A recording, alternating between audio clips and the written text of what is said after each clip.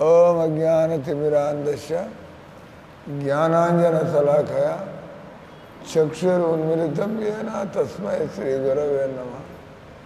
శ్రీ చైతన్య మనోభీష్టం స్థాపితం యేన భూతలే స్వయం రూప కదామయం దదాతి స్వపదాంతకం. అంత చేతులు తనని. జయ శ్రీకృష్ణ చైతన్య ప్రభు నిత్యానంద శ్రీ అద్వైత గదాధార శ్రీవాసాది గౌరభక్తవృంద. హరే కృష్ణ కృష్ణ కృష్ణ హరే హరే, హరే రామ రామ హరే కృష్ణ కృష్ణ కృష్ణ హరే హరే, హరే రామ రామ రామ హరే హరే.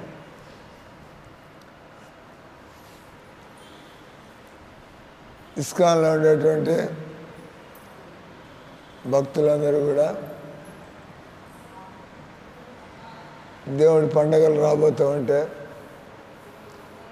వాళ్ళు మనకి కొన్ని చిన్న పండగలు, కొన్ని పెద్ద పండగలు,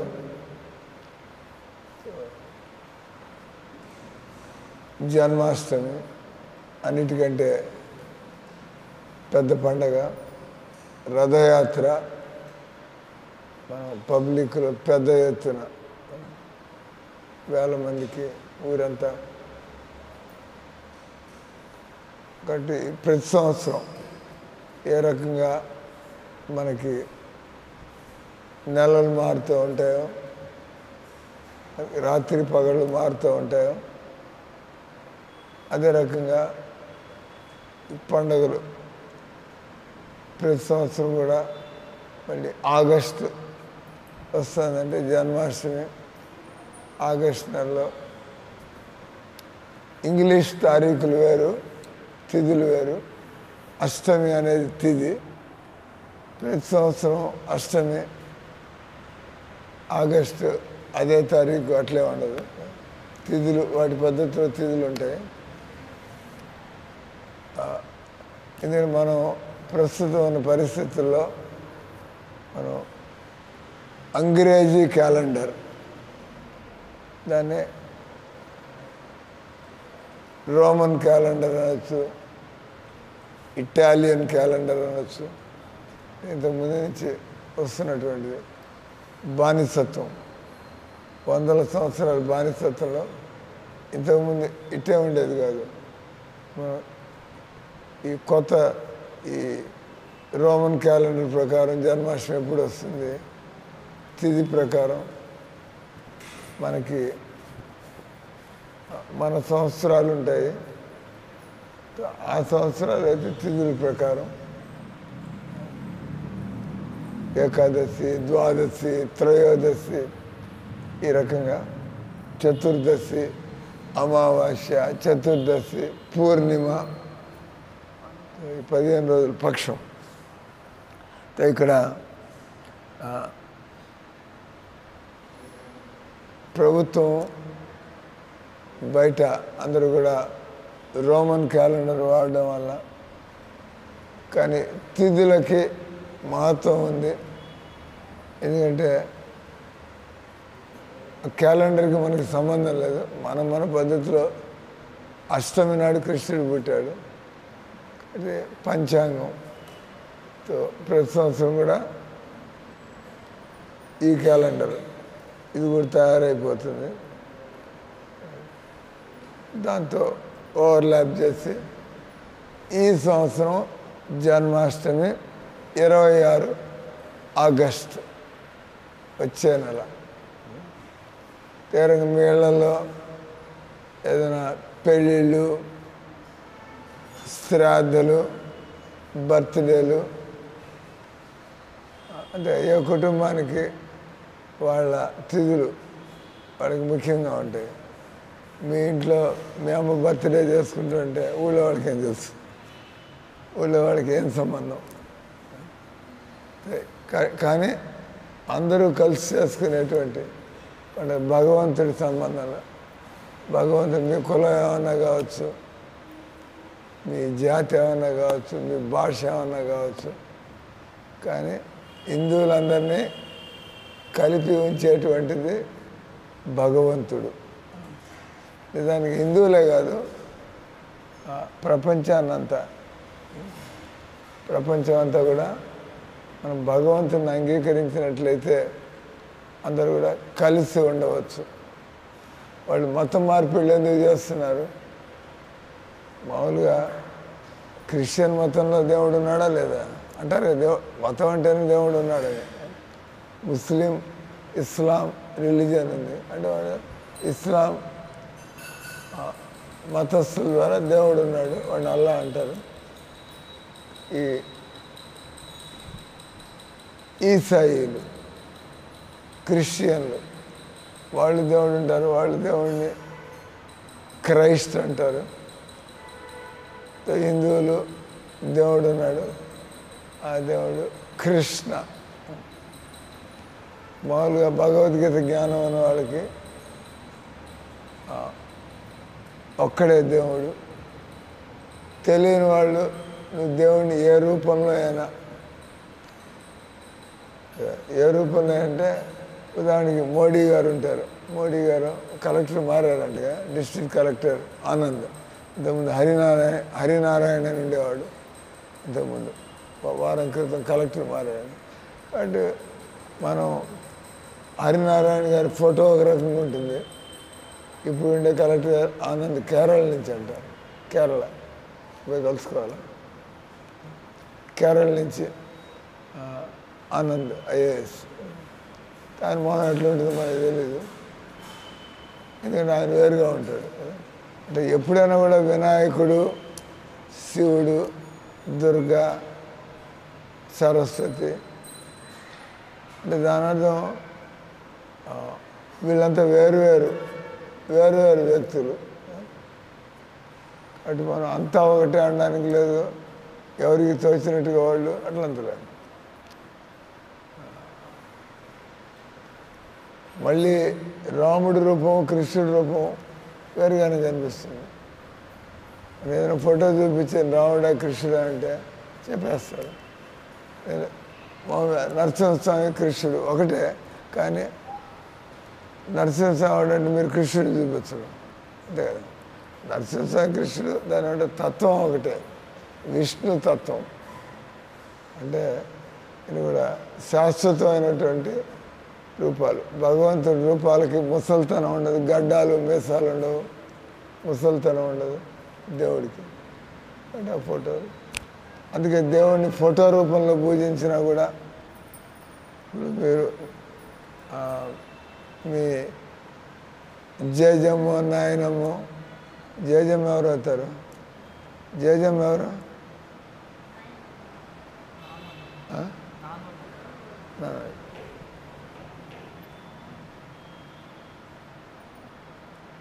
అక్కడ కృష్ణా జిల్లాలో బామ్మ అంటారు.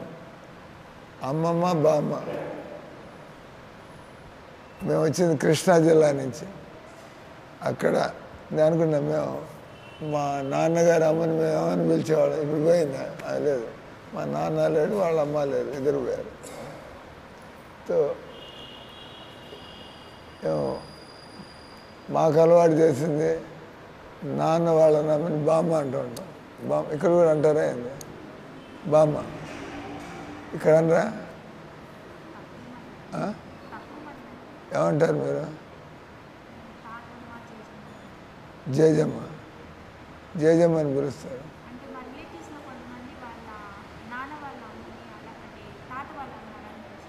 నేనని మీ నాన్న వాళ్ళ అమ్మ నువ్వు ఏమని పిలుస్తావు? నానమ్మ, నానమ్మ, నాయనమ్మ, నానమ్మ. మేము అక్కడ బామ్మ అంటాం, అమ్మ వాళ్ళమ్మని అమ్మమ్మ అంటాం. కాబట్టి నానమ్మ అంటారు. నాన్న వాళ్ళమ్మ నానమ్మ, అమ్మ వాళ్ళమ్మని అమ్మమ్మ. మరి జేజమ్మ ఎక్కడి నుంచి వచ్చింది? తాత వాళ్ళమ్మని, అది వేరనమాట. అదే సరే. సో మనం ఇక్కడ చెప్పుకుంటుంది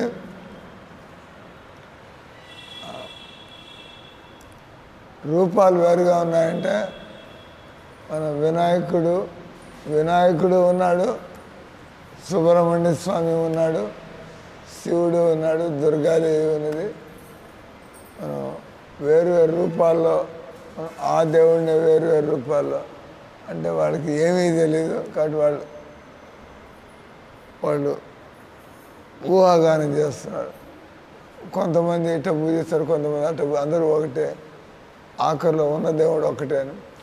కానీ భగవద్గీత పద్ధతిలో అది జ్ఞానం నువ్వేం చదివితే వాట్ ఈస్ ది యూస్. అరివారు రవికుమార్ అక్కడ లైట్ ఎందుకు కలుగుతుంది మెట్ల దగ్గర బయట? రవికుమార్ అక్కడ బయట మెట్ల దగ్గర లైట్ ఎందుకు కలుగుతుంది? గోడకి స్విచ్ ఉంటుంది. అరే ఇక్కడ అరివారు ఈ తలుపు పక్కన గోడకి స్విచ్ ఉంటుంది బయట. అంటే అది పూర్తిగా ముందు పోయి దండం పెట్టుకోండి, 10 నిమిషాలు మూసేస్తారు మందిరం. శ్యామలమ్మ తీసుకెళ్ళి చెప్పండి.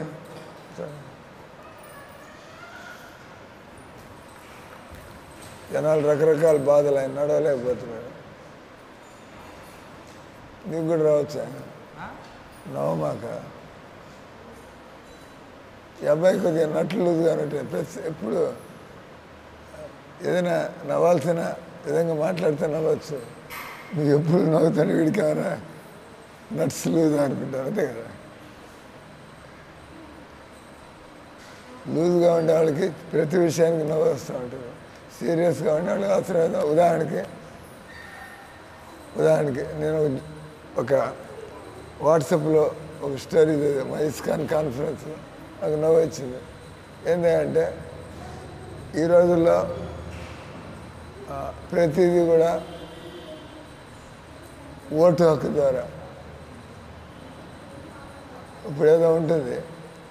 వీళ్ళిద్దరూ లా డిపార్ట్మెంట్లో ఉన్నారు. ఏం చేస్తారు, 5 జడ్జిలు బెంచ్ పెడతారు. 5 జడ్జిలు ఏదో సమస్య ఉంది, 5 జడ్జిలు బెంచి దాన్ని డిస్కస్ చేస్తారు. అటు ఇటు ఇటు రాజ్యాంగం అనుసారం అది సార్, రాజ్యాంగం అనుసారం ఇది సార్, అది సార్ అని చెప్పి ఆఖరిలో వాడు చేయాల్సిన డిస్కషన్లని వాడికి ఇంకా ఊహించాల్సిందే కనపడలే. వాళ్ళ తలకాయలు వచ్చి ఆలోచనలన్నీ డిస్కస్ చేసి ఫైనల్గా ఓటు వేయాలి. 5 జడ్జిల మధ్యలో చర్చించినటువంటి ఉదాహరణకి ఏమంటాడు, సమలైంగిక వివాహాలు అంటే మగవాళ్ళు పెళ్లి చేసుకోవడం, ఆడవాళ్ళు పెళ్లి చేసుకోవడం విదేశాల్లో జరుగుతున్నాయి. యూరోప్లో, అమెరికాలో మగవాళ్ళు పెళ్లి చేసుకోవచ్చు. అదే మామూలుగా మన హిందూ ధర్మంలో పెళ్ళి అనగానే ఒక ఆడ ఒక మగ ఉండాలి. అది వాళ్ళు క్రియేయాలి. ఎందుకంటే వాళ్ళకి తల లేదు, తోక లేదు, వాళ్ళకి బాడీ ఆఫ్ నాలెడ్జ్ లేదు. ఎక్కువ మంది ఇష్టపడితే మధ్యలో మీరేది మాకు అభ్యంతరం పెట్టేది.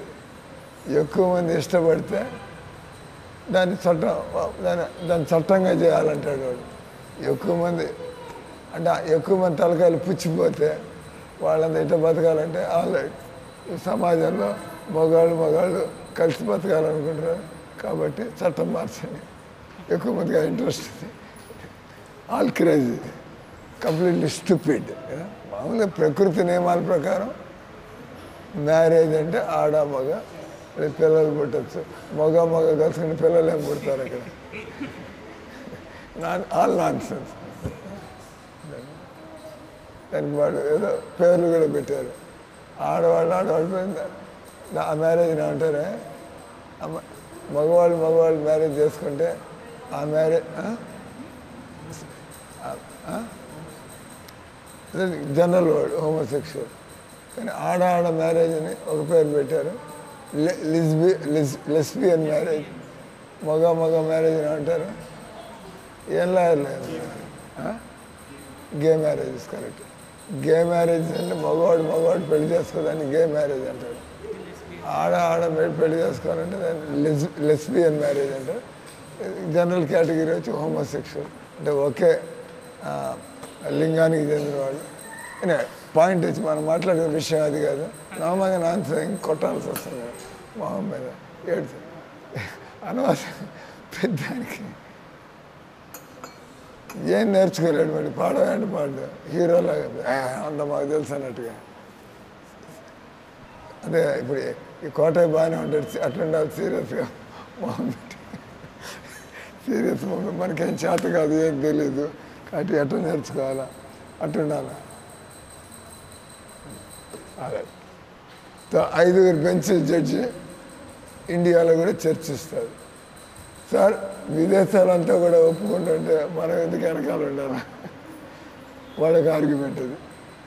లేదు సార్ ఏదో 100 సంవత్సరాలుగా భారతదేశంలో ఆడ మగ వాళ్ళే మ్యారేజ్ చేసుకుంటారు కాబట్టి వాళ్ళు విదేశాలు అటు చేసుకుంటే మనకి అట్లాంటి ఆచారం లేదు కదా. ముందు వెనక ఆఖరిని ఏం చేస్తా అంతా ఎవడు దోచుకుని వాడు మాట్లాడతాడు. వీడు లూజ్ క్యాండిడేట్ వీడు కూడా హోమోసెక్షువల్కి ఫేవర్గా మాట్లాడతాడు. ఎవడైతే కొద్దిగా గట్టిగా ఏదో మాట నాన్ సెన్స్ మ్యారేజ్ అంటే సంతానాన్ని పొంది మన తరాలని మన జనరేషన్స్ అంటే ప్రతి మనిషికి ఇప్పుడు నాకు 100 కోట్ల ఆస్తి ఉంటుంది, నేను తెస్తాను. ఎవరు పిల్లలు లేకుండా తెస్తే మీరంతా తయారవుతారు పంచుకోవడానికి. ఎవరెవరు కూడా ప్రయత్నం చేస్తారు గవర్నమెంట్ తీసుకోవాలని. అంతే కదా. పిల్లలు లేకుండా అది కూడా ఇవన్నీ కూడా టాపిక్స్. పిల్లలు లేకుండా చచ్చిపోతే ఆ చచ్చిపోయిన వాళ్ళ ఆస్తి ఎవరికి చెందుతుంది క్వశ్చన్. వాళ్ళ బంధువులకి చెందుతుంది. వాళ్ళ బంధువులు అందరికీ పంచిపెడతారు అన్నదమ్ములు. ఆ తర్వాత విషయం నాన్ సెన్స్. తర్వాత ఇట్లా రకరకాల టాపిక్స్ డిస్కషన్ చేస్తే అంటే దీన్ని అంటారు మానవ నిర్మిత చట్టాలు. మానవులు మనకి ఆల్రెడీ భగవద్గీతలో అంతా ఉంది, మనకి కొత్తగా అక్కర్లా. భగవద్గీతలో ఎవ్రీథింగ్ ఈజ్ క్లియర్. మీరు ఏ ప్రశ్న అయినా అడగండి. ఇప్పుడు ఉదాహరణకి హోమోసెక్షువల్ మ్యారేజ్ భగవద్గీత దానిలో ఏ అధ్యాయంలో 10వ అధ్యాయంలో బలం బలవతాం చాహం కామరాగా వివర్జితం ధర్మా విరుద్ధ భూతేషు కామోస్మి. కామం అంటే సెక్స్ అంటే కామదేవుడు. కామదేవుడు మన్మధుడు అంటే కామదేవుడు. సో ఇక భగవద్గీతలో ఏం చెబుతున్నాడు? ధర్మా విరుద్ధ భూతేషు, ధర్మానికి విరుద్ధం కానటువంటి సంభోగాన్ని సెక్స్ లైఫ్ నేను అంటున్నాడు. అంటే ధర్మం అంటే ఏంది? ఈ సంసారం నడవడానికి మన తల్లిదండ్రులు మనం పుట్టించారు, వాళ్ళు పోయారు. మనం పిల్లగాలను పుట్టిస్తాం, మనం పోతాం. ఈ ప్రపంచం మన ఆస్తులు ఉంటాయి. ఈ సంసారం నడవడానికి మానవులు ఒక తరం తర్వాత ఇంకో తరం. దానికోసం అనేది ఈ వివాహం అనేటువంటి దానికోసం. వివాహం లేకుండా పిల్లల్ని పుట్టించకూడదు. వివాహం అయ్యి మనం వివాహం చేసుకున్న వాళ్ళతో కాకుండా ఇంకోళ్ళతో పిల్లలు పుట్టించడం అది చేయడానికి లేదు. మనం వివాహం చేసుకోకుండా పిల్లలు పుట్టించడానికి లేదు. ఎందుకంటే అసలు ఉద్దేశం వివాహకు ఉద్దేశం సంతానాన్ని కాదు. దాని ద్వారా మనకి సేవ చేసే వాళ్ళు దొరుకుతున్నారు అన్నట్టుగా ఒకటి, మనం పోయిన తర్వాత మన ఆస్తులు వాళ్ళే చెందాలనేది ఒకటి. తర్వాత మన వాళ్ళు అంటారు, ఇట్లాంటి వాళ్ళు అంటూ ఉంటారు, నాకు పెళ్ళి ఇష్టం లేదు సార్ కానీ మా అమ్మా నాన్న ఒప్పుకోవటం లేదు సార్. మీ అమ్మా నాన్న పెళ్ళాన్ని చూసుకోవాలి నువ్వా మీ అమ్మా నాన్న? పెళ్ళి అనగానే అది నీ విషయం. అది అమ్మా నాన్న, నీకు అమ్మా నాన్నకి మధ్యలో ఉండే బాధ్యత ఏంది? మీ అమ్మా నాన్నని చూసుకొని బాధ్యత నీకుంది, ఆ బాధ్యత నీకుంది. నువ్వు అనడానికి వాళ్ళు నన్ను అన్నారు బస్ నా బతుకున్నది వాళ్ళతో నాకేం సంబంధం. అది భగవద్గీత ఒప్పుకోదు, చట్టం ఒప్పుకోదు. పిల్లల యొక్క బాధ్యత తల్లిదండ్రులు చూసుకోవడం. అలాగే తల్లిదండ్రుల బాధ్యత చిన్నపిల్లలుగా ఉన్నప్పుడు పెద్దవాళ్ళు అయిన తర్వాత ఎవరే నీ కాళ్ళ మీద నువ్వు నిలబడి సంపాదించుకోవా, నీ బతుకు నువ్వు బతకవా, మా మీద పడి బతకడం ఏంది? ఇంత వయసు వచ్చి అంటే 20 ఏళ్ళు దాటిన తర్వాత తల్లిదండ్రులు ఏమంటారు? నాయన మా మీద పడితేనే మాక నీ బతుకు పని చేసుకుని బతుకు లేదా మళ్ళీ రేపు పెళ్లి చేసుకుని ఉద్యోగంలో కూడా 3 రూపాయలు లేదు తల్లిదండ్రులు పడి తింటూ ఉంటారు అని. This are all common sense. ఇవన్నీ మన ఈ హిందూ ధర్మం అనేటువంటిది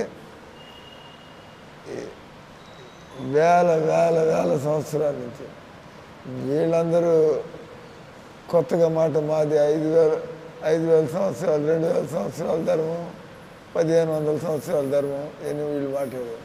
కానీ హిందూ ధర్మం అనేది దానికి ఎప్పుడు ప్రారంభమైంది ఎవరికి తెలియదు. అందుకే దాన్ని సనాతన ధర్మం అన్నారు. సనాతన అంటే అన్ని జవాబులు ఉన్నాయి ఇక్కడ. Everything is there. అంటే ముందు వెనక జనాలంతా కూడా ఇక్కడికి వస్తే కానీ వాళ్ళ ప్రశ్నలకి సమాధానం దొరకదు. Going back on the point, 5 జడ్జిలు బెంచి వాళ్ళంతా డిస్కస్ చేసి ఏదైనా టాపిక్ మీద నేను నవ్విస్తా అని చెప్పారు కదా, ఆ టాపిక్ వస్తుంది. కాబట్టి 5 డిసైడ్ చేస్తే gay marriages are all right. LGBT అంటారు, లెస్బియన్, గే, ట్రాన్స్జెండర్, ఎల్జీబీటీ కదా,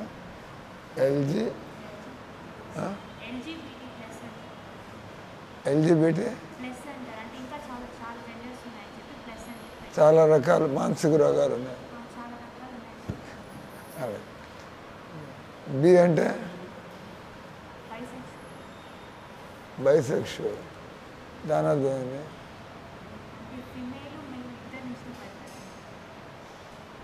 అయితే టీ అంటే ట్రాన్స్జెండర్, కొజ్జావాళ్ళు కదా, నాన్ సెన్స్. వాళ్ళు మనుషులు గారే దానికి అవుతూ ఉంటాడు.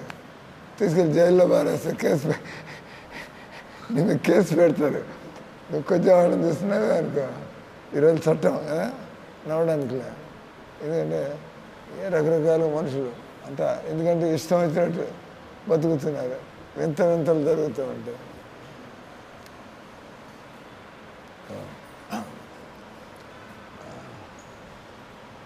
తప్ప అంటే 5 జడ్జిలు బెంచి అంతా డిస్కస్ చేసి చెత్త టాపికే కదా, ఆల్రెడీ భగవద్గీతలో ఉంది. వాళ్ళకి నమ్మకం లేదు, వాళ్ళు చదవలేదు, లేదా వాళ్ళు దాన్ని ఒప్పుకోరు. లేదా మనుషులు అప్పుడు ఏదో 5,000 సంవత్సరాల క్రితం భగవద్గీత అదేంది ఇప్పుడు ఎలాంటి ఇప్పుడు జనాల తలకాయలు వేరుగా పనిచేస్తున్నాయి. కాబట్టి ఇప్పుడు మనం కూర్చొని మాట్లాడుకుని ఇప్పుడు ఈ సమయానికి అనుకూలమైనటువంటి చట్టాలు చేయాలి. 5 జడ్జిలు బెంచి వాళ్ళు టాపిక్ని డిస్కస్ చేసి ఆయన ఏమైనా ఉదాహరణ ఇస్తాడు. ఒక కుక్క అది గొర్రెలాగా కనిపిస్తుంది. కాబట్టి ఎవడో ఇట్లాంటి కోట ఇలాంటి ఇది గొర్రె సార్ అన్నాడు. కుక్క వాస్తవానికి కొద్దిగా అంటే అప్పుడప్పుడు కొద్దిగా గొర్రె కుక్కలాగా కనిపిస్తుంది, కుక్క గొర్రెలాగా తెలుసు. కుక్క గొర్రెలాగా కనిపిస్తుంది అంటే తర్వాత అది కుక్క అనేది కదా, అవునా కదా. కుక్క గొర్రెలాగా కనిపిస్తుంది అంటే దాని అర్థం ఏంది, అది కుక్క అని. కానీ వాడు ఏమంటాడు, కుక్క గొర్రెలా కనిపిస్తుంది కానీ గొర్రె అంటాడు ఒకడు. అంటే కోటలో అంటే తలతిక్కలాడు గొర్రె అంటాడు దాన్ని. అయితే ఆల్రెడీ డిస్కస్ చేయలేదు గొర్రె కుక్క అది నిజానికి కుక్క. అది ఈ 5 ఓట్లేసి దానిలో 4 అది గొర్రె సార్ అంటాడు. అంటే కుక్కను గొర్రె చేయాల్సి వస్తుంది. ఎందుకంటే 4 కలిసి దాన్ని గొర్రె డిసైడ్ చేశాడు. ఈ రకంగా తిక్క కానీ అట్లాంటి విషయాలు. ఇక మనం చెప్పుకునేటువంటి పాయింట్, మనం దేవుళ్ళ గురించి మనం ఎవడికి తోచినట్టుగా వాడు పూజించుకొని ఎవడికి నచ్చిన రూపం, కొంతమందికి వినాయకుడి రూపం నచ్చుతుంది కాబట్టి వాడు ఆ దేవుడు ఒక్కడే, కానీ కొంతమంది ఆయన వినాయకుడిలాగా పూజిస్తారంట. కానీ భగవద్గీతలో ఇట్లాంటి విషయాలు ఏం లేవు. భగవద్గీతలో దేవుడు ఏంది, దేవతలేంది, ఋషులేంది, మనుషులేంది, ఎవ్రీథింగ్ ఇస్ క్లియర్. కాబట్టి మనం జన్మాష్టమి ఎందుకు భక్తులు ఆ జన్మాష్టమిని హైలైట్ చేసి జనాల్లోకి పోయి జనాల మధ్యలోకి పోయి ఎవరికి విషయం తెలియదు. జనాలు జన్మాష్టమి లేదు, హిందువులు ఈరోజు నవరాత్రులు వచ్చాయి, ఈరోజు శివరాత్రి వచ్చింది, శివరాత్రి వచ్చింది, నవరాత్రి వచ్చింది, జన్మాష్టమి, రామనవమి. జనాలు అట్లా లైట్గా తీసుకుంటారు. ఎందుకంటే వాళ్ళకి నిజంగా ఏంటి విషయం ఏందో తెలుసుకునే కుతూహలం లేదు. కానీ ఎవరినో మనుషులు ఎట్లా మీలాంటి వాళ్ళు ఇప్పుడు చూడండి, ఈ టౌన్లో ఇంతమందిలో కొంతమందికి మీరు ఈ విషయం ఏంది అసలు let us know the things properly. ఎవరైతే భగవద్గీతలో ఉన్నాయి, ఎవరైతే భగవద్గీతని మాలాంటి వాళ్ళు మన ఇస్కాన్ వాళ్ళు మాట్లాడేప్పుడు ఎందుకు జాగ్రత్తగా అయినాలయ్యా, ఇది వాళ్ళు సొంతగా మాట్లాడేది ఏం లేదు. ఇస్కాన్ వాళ్ళు భగవద్గీత మనకు అర్థం కావటం లేదు, ఆ భగవద్గీతను అర్థమయ్యేట్టు చదువుతున్నారు. మీరు చదవండి భగవద్గీతలో. ఇస్కాన్ దాన్ని ఏమంటారు, వివరించి చెప్పడం. దాని మీద మనం కల్పనలు చేయడం కాదు. ఎప్పుడైనా భగవద్గీత మీద మాట్లాడడం అంటే మార్చడానికి లేదు. భగవద్గీత విషయం అంటే మనకు అర్థం కావటం లేదు, కాబట్టి ఎవరికైతే అర్థమైందో మాలాంటి వాళ్ళ దగ్గర మాట్లాడుతూ ఉంటే అప్పుడు వాళ్ళు మనకి లాజికల్గా మనతో వాళ్ళ పద్ధతుల్లో మాట్లాడుతూనే ఆ కరెక్ట్. అది ఆ కరెక్ట్ అనేది భగవద్గీత కరెక్ట్ అంటున్నాం, నేను చెప్పేది కరెక్ట్ అని కాదు. ఒక వైష్ణవుడు, ఒక కృష్ణ భక్తుడు మాట్లాడుతుంటే మీరు చెప్పేది కరెక్ట్గా ఉంది సార్, నేను చెప్పేది కరెక్ట్ కాదు, భగవద్గీతలో ఉన్నదాన్ని నేను నీకు అది కరెక్ట్ అని నీకు కన్విన్స్ చేయాలి. వాడిని మనం గురువు అంటాం, లేదా వాడిని మనం భక్తుడు అంటాం. కాబట్టి ఇక్కడ విషయం ఏంది, కృష్ణ జన్మాష్టమి అంత ఆషామాషి టాపిక్ కాదు. దానిలో 1,00,000 విషయాలు వస్తాయి. అంటే దేవుడు జన్మిస్తాడా టాపిక్. మనం కృష్ణుడు దేవుడు అన్నాం, మరి జన్మాష్టమి దేవుడు జన్మించాడంటే ఆయన కూడా మనలాగే పుట్టి చచ్చాడా, మనలాగే ముసలాడాడు. అంటే భగవంతుడు జన్మించిన రోజు అంటే it is giving other kind of questions. మళ్ళీ ఈ రకంగా ఎందుకు ఇస్కాన్లో ప్రతిరోజు క్లాసులు ఉంటాయి, ఉదయం సాయంత్రం దానికి ఎండ్ అంటూ ఉండదు, చచ్చేదాకా మనం మాట్లాడుతూ ఉంటాం, వినేవాళ్ళు వింటూ ఉంటారు, విషయాలు తెలుసుకుంటూ ఉంటారు. ఎందుకంటే ఇది మనకి అంత తమాషా టాపిక్ కాదు. ఇది కృష్ణుని అర్థం చేసుకోగలిగితే ఆ శ్లోకం చెప్పి ఆపు చేస్తాం. ఏమంటాడు, జన్మ కర్మాచమే దివ్యం ఏవం యోవేతి తతోత త్వక్త్వాదేహం పునర్జన్మ. ఎవడైతే అసలు కృష్ణుడిని కరెక్ట్గా అర్థం చేసుకుంటాడో ఆ వ్యక్తి మాయ నుంచి బయటపడగలడు. ప్రస్తుతం నీలో మాయ ఆలోచనలు ఉండొచ్చు. మాయ అంటే నేను ఈ శరీరం అనుకోవడం మాయది. మనం ఈ శరీరం కాదు, ఈ శరీరంలో ఉన్నాం. మనం ఈ శరీరంలో ఉన్నామనడం, నేను శరీరం తేడా ఉందా లేదా? నేను ఈ హాల్లో ఉన్నాను, నేనే ఈ హాలు. అంటే నేను ఈ శరీరంలో ఉన్నాను, నేను ఈ శరీరం, అది అర్థం అవుతుంది. నేను హాల్ అంటే నవ్వుతున్నారు, కానీ నేను ఈ శరీరం అంటే వాడు నవ్వటం లేదు. కానీ నిజంగా అర్థమైతే నవ్వాల్సిన విషయం అది. ఎందుకంటే you are not the body. Hare Krishna Hare Krishna Krishna Krishna Hare Hare, Hare Rama Rama Rama